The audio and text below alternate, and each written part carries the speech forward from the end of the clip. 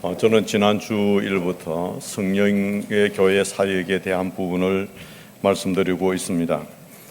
교회는 하나님께서 계획하셨고 또한 예수님의 명령을 실행하고 있으며 성령의 역사로 세워져 가고 있습니다. 그러므로 교회는 성령이 이끄시는 방향으로 반드시 가야만 합니다. 어거스틴은 이렇게 말했습니다. 영혼과 인간의 몸과의 관계는 성령과 그리스도의 몸과 같은 관계이며 그리스도의 몸은 바로 교회이다. 또한 영혼이 각 몸의 모든 지체 속에서 활동하듯이 성령은 교회 전체 속에서 활동하신다라고 말했습니다. 이 어거스틴의 말과 같이 실제로 교회 안에 일어나는 모든 일들은 성령과 연관되어져 있습니다. 저는 이 구체적으로 몇 가지를 열거하면서 말씀을 드려보고자 합니다. 그 먼저는 교회는 영혼 구원의 목적을 두고 있습니다. 예수님을 나의 구주로 시인하게 되어지고 또한 하나님의 자녀가 되어지는 이것은 구원의 기본적인 부분입니다. 그런데 고린도전서 12장 3절을 보면 영혼 구원이 성령과 연관되어져 있는 것을 봅니다. 그러므로 내가 너희에게 알리노니 하나님의 영으로 말하는 자는 누구든지 예수를 저주라 할 자라 하지 아니하고 또 성령으로 아니하고는 누구든지 예수를 주시라 할 수 없느니라. 로마서 8장에 보면 우리가 영과 더불어 하나님의 자녀인 것을 증언하시는 이가 성령이라고 말씀하고 있습니다. 그런데 우리는 말씀을 듣습니다. 하나님의 말씀을 통해서 하나님의 자녀가 될 수 있는 법을 압니다. 그런데 나는 하나님의 자녀입니다 라고 고백되어지는 것은 말씀으로만 되어지는 것이 아니고 성령의 실행적 사역이 있죠. 내가 하나님의 자녀입니다 라고 고백할 수 있게 만드는 것입니다. 우리가 하나님의 말씀을 들음으로 하나님의 자녀로 고백되어지는 것이 아니고 성령으로 하여금 우리의 입술을 통해서 하나님의 자녀인 것을 고백하게 만드는 것입니다. 이것이 성령의 사역입니다. 여러분, 예배 행위도 마찬가지입니다. 로마서 4장 24절에 보면 결국 예배 행위도 성령의 사역임을 우리는 알게 됩니다. 요한복음 4장 24절에 하나님은 영이시니 예배하는 자가 영과 진리로 예배할지니라. 예배는 순서의 문제가 아닙니다. 예배는 분위기의 문제가 아닙니다. 예배의 문제는 성령입니다. 성령의 임재 여부에 예배가 결정되어지는 것입니다. 이 시간 우리가 하나님 앞에 예배 드리지만 찬양을 부르고 듣고 기도하고 하나님의 말씀을 듣고 기도하고 하겠지만 우리의 예배가 진정으로 하나님 앞에 예배되기 위해서 성령의 임재를 경험하지 아니한 그 예배는 예배가 될 수가 없습니다. 그냥 와서 참여하고 돌아가는 것밖에 아닙니다. 진정한 예배 행위는 성령의 사역입니다. 뿐만 아니고 빌립보서 3장 3절에 보면 봉사의 행위도 성령의 사역입니다. 하나님의 성령으로 봉사하며 그리스도 예수로 자랑하고 육체를 신뢰하지 아니하는 우리가 곧 할례파라라고 말하고 있습니다. 여러분, 우리가 하나님 앞에 진정한 봉사, 정말 내 마음과 정성과 모든 것을 희생해 가며 봉사할 수 있는 이 봉사는 결국은 성령의 사역인데 때로는 우리가 하나님 앞에 봉사하면서 피곤합니다. 힘듭니다. 아픕니다. 고통스럽습니다. 그런 걸 경험할 때에는 그 일을 다시금 하기 싫은 거예요. 내가 땀 흘리며 수고하기 싫고 남들이 하지 아니하는 그 수고를 하지 않습니다. 왜? 육체적으로 봉사하기 때문에 그런 거예요. 여러분들 교회 봉사는 철저하게 희생이 따라야 합니다. 그러면 이 희생은 고통이고 아픔이고 수고이고 땀 흘림이고 때로는 진액을 쏟으며 해야 될 일들이 우리가 진정으로 해야 될 희생적 봉사인데, 이것은 어떻게 가능하냐? 이는 성령으로만 가능한 것입니다. 성령께서 나로 하여금 주의 몸된 교회를 섬기도록 만든 그 섬김의 자리에는 피곤이 없습니다. 짜증이 없습니다. 불평, 불만이 일어날 수 없습니다. 그냥 감격적입니다. 감사합니다. 얼마나 그것이 자랑스럽고 가치 있는 일인지 모릅니다. 남들이 알아주지 아니해도 우리는 그 자리를 끝까지 지켜갑니다. 지금 또 식당에는 이 더운 여름에 식당에서 지금 여러분들의 식사를 준비하는 분들이 계십니다. 그 식당에 수고하시는 분들이 희생적인 그러한 봉사가 주어지지 아니하면 다음 주에는 식당에 안 들어갑니다. 이것으로 오늘 하는 것으로 끝이다. 더운 여름에 식당에 매주 내가 늘어갈 필요 뭐 있겠느냐. 여러분, 성령으로 아니하고서는 그 일을 한 주 하면 그 다음 주는 다시금 내려가기 싫습니다. 그러나 성령으로 봉사할 때에는 남이 내려가지 않은 그 자리에 내가 또 내려가는 것입니다. 그 자리를 지켜가는 것입니다. 그 자리에서 또 땀을 흘리는 것입니다. 남들이 하지 아니하는 그 봉사의 자리를 끝까지 지켜가는 것입니다. 이 성령의 사역입니다. 사도행전 6장에 보면은 초대교회 직분자 임명할 때에도 여러분 이것도 역시 성령의 사역이잖아요. 사도행전 6장 3절 말씀해 보시면 형제들은 너희 가운데 성령과 지혜가 충만하여 칭찬받는 사람 7을 택하라. 우리가 이 일을 그들에게 맡기고, 초대교회 집사들을 세울 때 성령이 충만한 사람을 세웠잖아요. 뿐만 아니고 고린도 2장 4절에 보면 전도의 사역도 역시 여러분 성령의 사역입니다.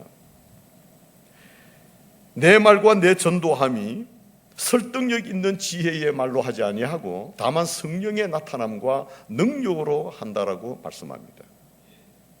여러분, 말을 못해서 전도 못합니까? 여러분, 예수님에 대해서 모르기 때문에 전도가 안 됩니까? 전도 포괄 훈련을 받지 않아서 전도가 안 됩니까? 아닙니다. 여러분이 전도하는 그 현장에 성령의 현재성이 없는 것입니다.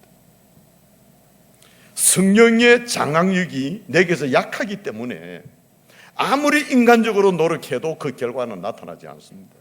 왜? 전도는 성령이 하시는 사역이니까. 전도 훈련이 안 되어서 전도 못하는 게 아닙니다. 얼마든지 전도할 수 있습니다.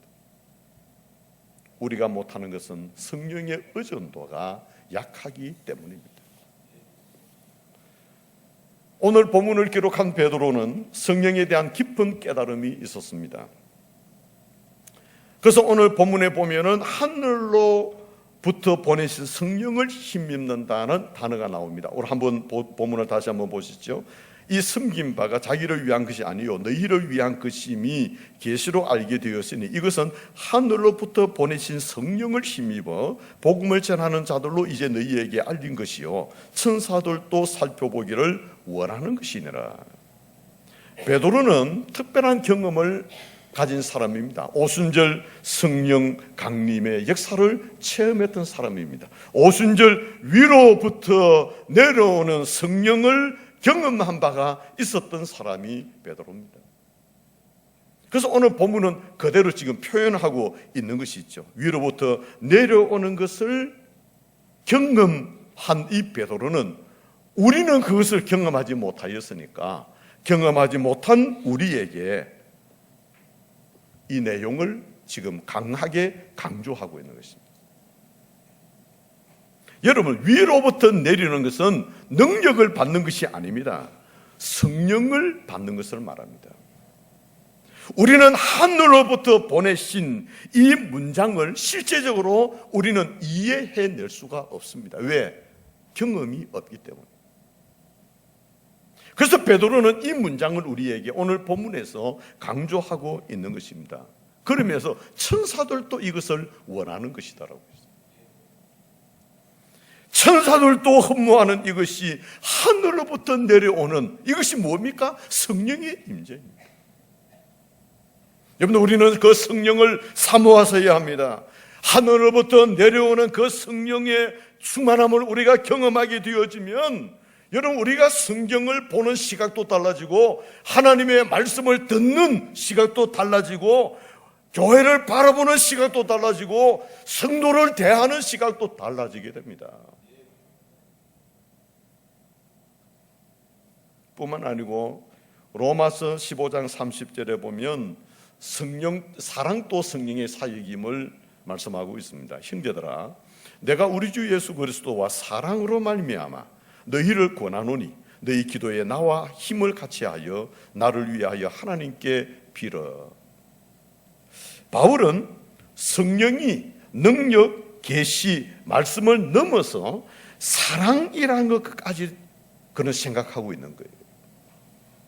그러면서 바울은 너희 기도에 나와 힘을 같이 하라라고 강하게 권면하고 있습니다. 이것은 성령이 사랑으로 하나 되게 하시기 때문입니다. 바울은 로마서 8장 26절에서 성령이 우리를 도우신다 그렇게 말씀하시죠. 이와 같이 성령도 우리의 연약함을 도우시나니 우리는 마땅히 기도할 바를 알지 못하나 오직 성령이 말할 수 없는 탄식으로 우리를 위하여 친히 간구하시느니라. 기도할 바를 알지 못하니까 성령이 탄식하고 간구하며 우리를 도우신다는 말씀.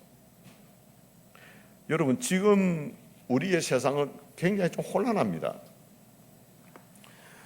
가능하면 저는 이 뉴스를 잘 안 보려고, 왜 너무너무 혼란해서.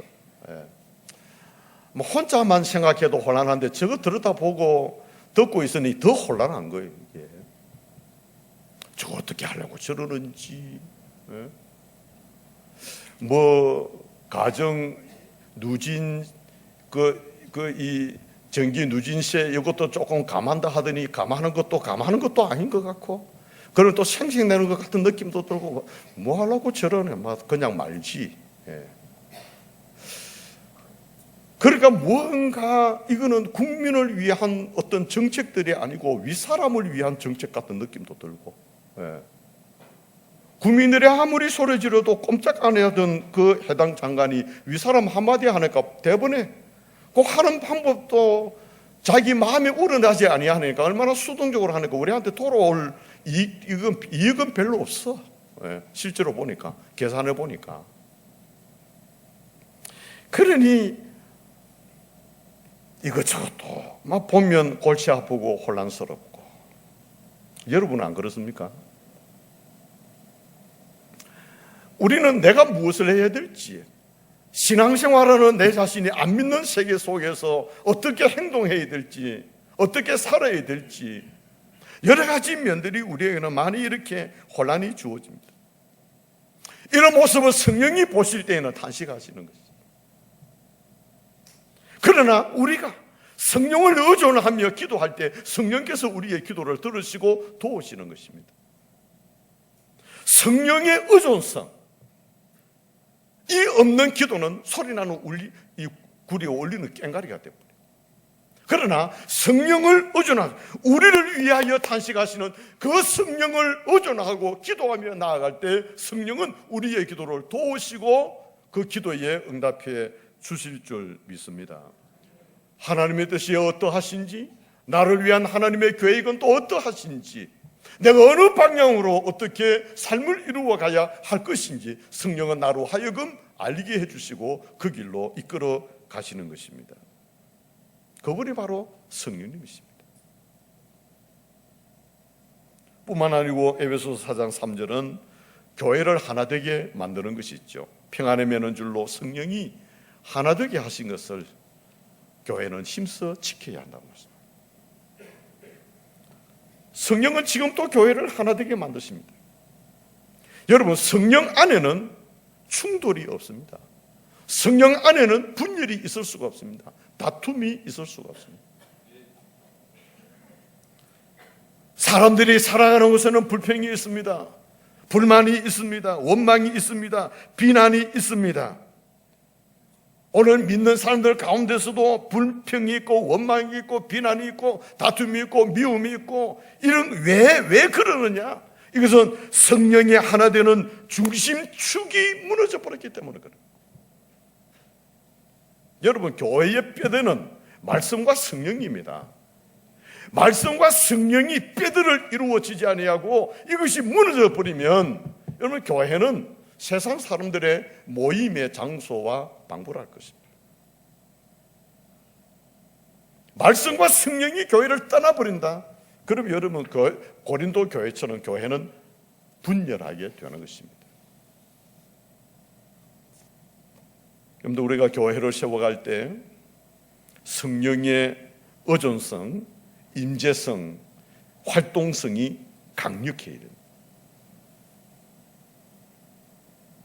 이것은 교회를 하나 되게 하기 위해서 그런 거예요. 여러분, 일을 얼마나 잘하는가 보다도 우선적인 것은 하나 되는 것입니다. 그리스도의 몸이 유기적으로 연결되어지고 하나가 되어야 힘이 있는 것입니다. 교회 안의 모든 일은 성령과 연결되어 있기 때문에 성령의 통로가 차단되어져 버리면 분열이 일어나는 거예요. 성도와 성도와의 관계도 참 성령으로 연결되어 있는 것이 차단되어 버리면 결국 그것은 분열입니다. 여러분들의 교회와의 여러 가지 관계가 성령으로 연결되어 있는 부분이 차단되어지면 결국은 그것과의 분열이 이루어지는 거예요.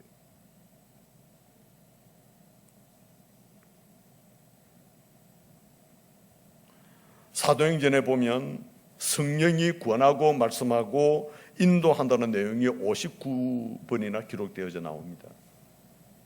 그러니까 사도행전은 성령 행전이다 라고 표현할 수 있는 것이죠. 그러니까 성령의 주도성이 강력했던 것이 사도행전 초대교회였단 말이에요. 현재 세계적으로 쓰임을 받는 교회들, 안 될 때 된 교회들입니다. 다 안 된다 할 때 된 교회들이 세계적인 교회가 됩니다. 한국 교회도 마찬가지입니다. 정말 한국 교회 사회가 어려울 때 세워 큰 역사를 이룬 게 지금 한국의 대표적인 교회들이 되어져 있는 것이죠. 하나님은 모든 사람들이 교회를 통하여 평안하게 되기를 원치 않습니다. 누군가가 교회를 통하여 하나님의 일을 열정적으로 하는 걸 하나님은 원하시지, 교회를 통하여 평안을 추구해 가는 것 하나님이 원하시는 바가 아닙니다. 교회를 위하여 헌신하고 희생으로 충성하고 해서 30배, 60배, 100배의 결실을 맺는 것 하나님께서 원하시는 것입니다. 그러기 위하여 교회의 성령을 보내시고 성령의 은사를 주시는 것입니다. 근데 바울의 교회관을 보시면은 그 교회관에서 놓치지 않아야 될 것이 있습니다. 디모데전서 3장에 보면 바울은 살아있는 교회에 대해서 말씀을 합니다. 교회는 생명체라는 것을 강조하는 것입니다. 디모데후서 2장에 보면 큰 교회, 그러니까 큰 교회는 다양성의 교회를 말씀하고 있습니다. 이 두 가지가 교회, 살아있는 교회 그리고 큰 교회, 다양성이 있는 교회를 바울은 그 교회관에서 우리가 잊지 말아야 될 그러한 부분입니다. 그런데 교회는 살아있는 생명체이고 교회는 크고 다양한데 그 교회 안에는 금그릇도 있고 은그릇도 있고 질그릇도 있다는 거예요. 그런데 금그릇이나 은그릇 같은 교인들이 교회 안에는 있어야 된다는 거예요.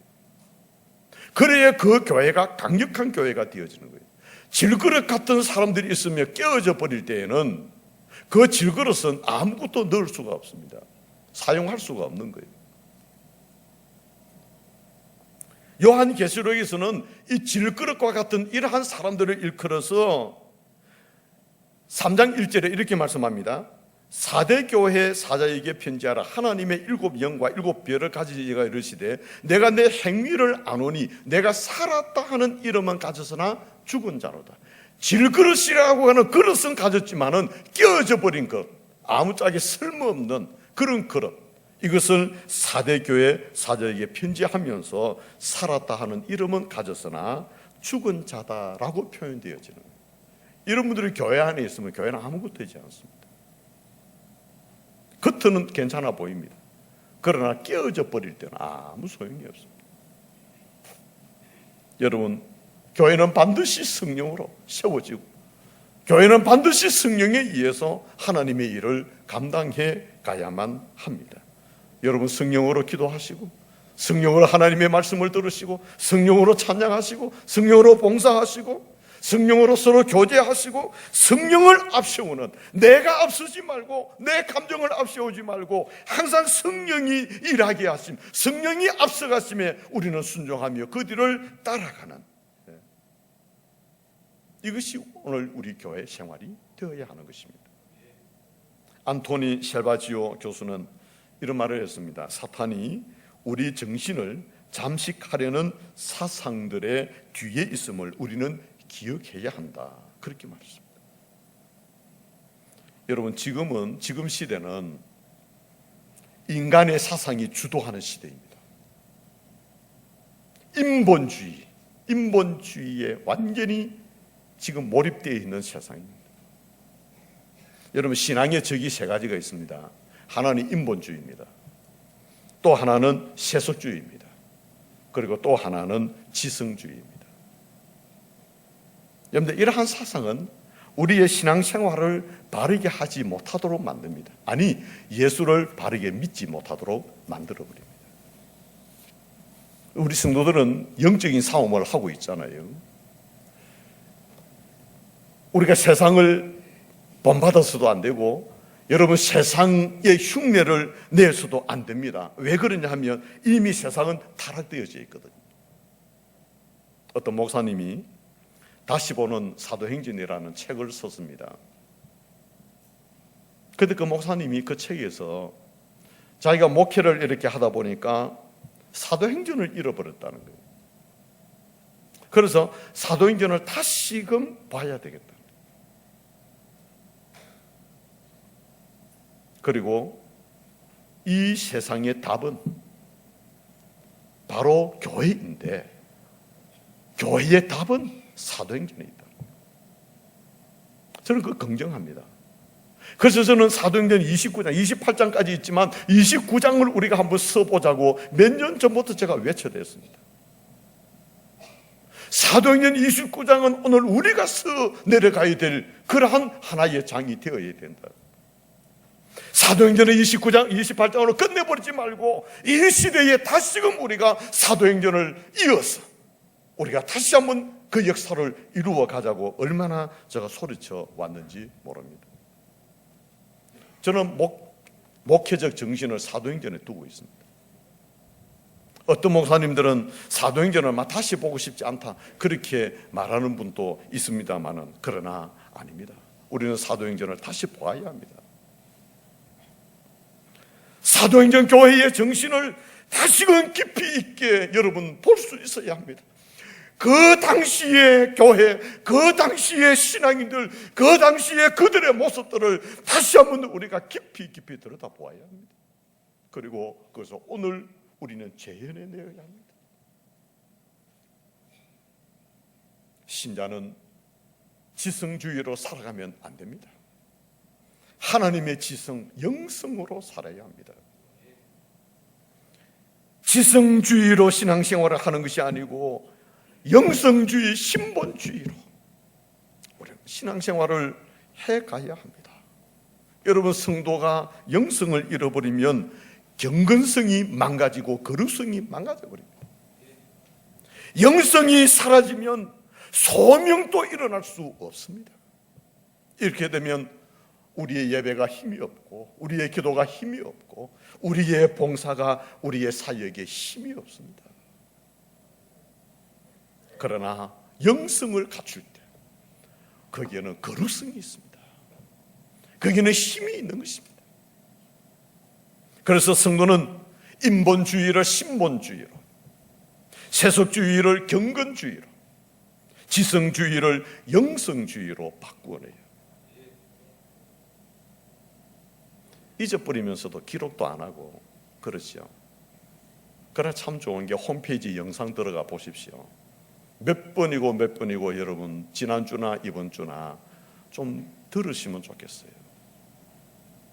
말씀을 듣고 또 듣고 정말 성령께서 나를 교회를 이끌어가지 아니하면 아니 되는 것을 공감하시면 좋겠습니다. 왜 그러느냐? 오늘날의 많은 성도들이 현실적인 방향으로 가려고 합니다. 오늘 많은 성도들이 세속적인 방향으로 빠지고 있는 거예요. 오늘도 보십시오. 많은 성도들이 교회 결석했습니다. 어디로 가서 무엇 하시느냐? 저는 모르겠어요. 어디 가서 예배 드리고 계시고 기도원에 가서 기도하고 계시는지, 그런 분들이야 우리 교회 본교회에 오시지 그거 말라고 가시세요. 그렇지 않고 산으로 바다로 게을러 만약에 그런 자리에 오늘 우리 교회 성도들이 한 사람이라도 가 있다면 이 현실적인 방향으로 그리고 세속적인 방향으로 가는 성도의 모습입니다. 그런 사람이 한둘이겠습니까? 지난주에 성령에 대해서 그렇게 제가 외쳤다. 아무리 급하고 아무리 힘들어도 주의 몸된 교회에서 예배자로 예배자의 삶을 살아가도록 하는 이 정신은 살아있어야 되는데, 그렇게 외쳐대도 성령이 이끄시는 방향을 바르게 이끌려가지 아니하는 그런 분들을 보는 거예요. 지금 또 그분들을 저는 보고 있습니다. 이 자리에 안 나와 있으니까, 2부 예배 때도 안 나오고 3부 예배 때 안 나와 있으니까 다 눈에 보이잖아요. 어디 가서 뭘 하는지.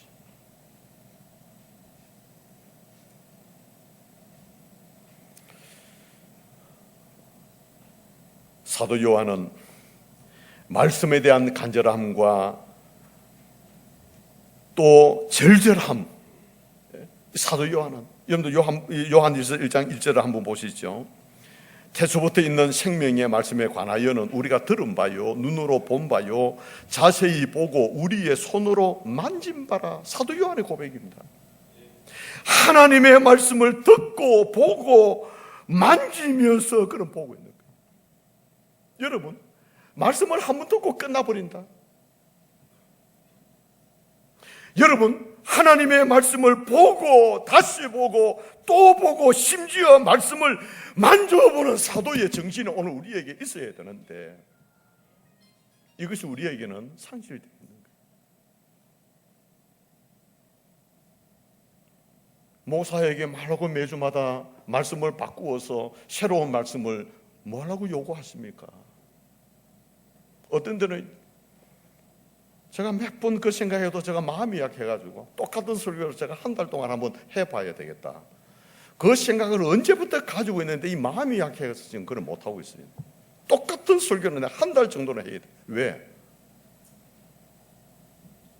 말씀을 들어도 행함이 없고 듣고는 끝쳐버리는데 한 달 정도는 해야 그래도 귀에 안 들어오겠나. 여러분도 공감하면 제가 다음 주에 똑같은 거 또 하고요. 말씀만 자꾸 바꾸면 무슨 소용이 있겠습니까? 우리가 하나님의 말씀을 볼 때에 보고 다시 보고 또 보고 심지어 말씀을 만져보듯이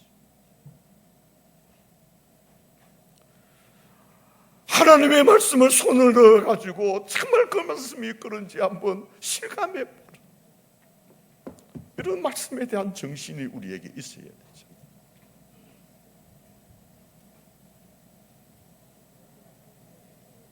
사도 요한은 그렇게 깊이 있는 예수님과 말씀을 보았기에 아무도 볼 수 없는 그 미래의 그날을 그는 본 것입니다. 사도 바울도 역시 아무도 볼 수 없는 하나님의 비밀을 보았습니다. 왜? 하나님의 말씀을 만지듯이 그 말씀을 가까이 했기 때문에 그런 거예요.